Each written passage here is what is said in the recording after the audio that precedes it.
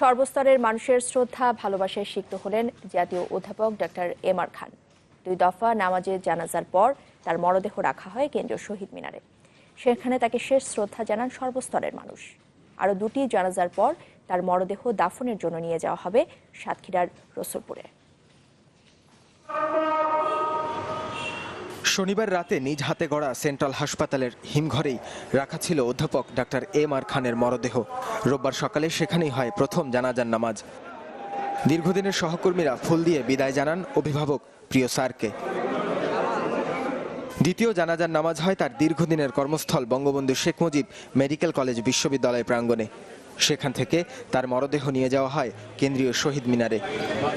সম্মিলিত সাংস্কৃতিক জোটের আয়োজনে সেখানে তাকে ফুলেল শ্রদ্ধা জানান সাধারণ থেকে শুরু করে তার সহকর্মী, অনুজ, অগ্রজ।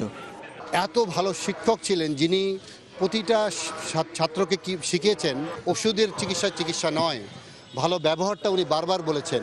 আমার জীবনেও মনে পড়ে না যে আব্বা মারধর বা বকা দিয়েছেন। মানে সবসময় কিছু হলেই বুঝিয়ে বলতেন, এমনকি পরীক্ষায় ভালো না করলেও বুঝিয়ে বলতেন। শ্রদ্ধা জানান গুণীজন, সামাজিক ও রাজনৈতিক ব্যক্তিত্বরাও।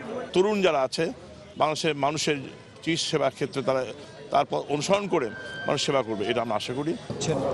এই ধরনের মানুষ কোথায় পাওয়া যাবে যে নিজের স্বাস্থ্যের দিকেও নজর না দিয়ে শুধু নতুন প্রজন্মের ছেলে মেয়েদেরকে পরামর্শ দেয়া, তাদেরকে সুস্থ জীবনযাপনে অনুপ্রাণিত করা, এই বিষয়গুলোই ছিল অধ্যাপক এম আর খানের ধ্যান, জ্ঞান। ওমেন্স মেডিকেল কলেজ ও শিশু স্বাস্থ্য ফাউন্ডেশনে জানাজা শেষে তার শেষ ঠিকানা সাতক্ষীরার রসুলপুরে পারিবারিক কবরস্থানে। নাহিদ হোসেন, চ্যানেল 24।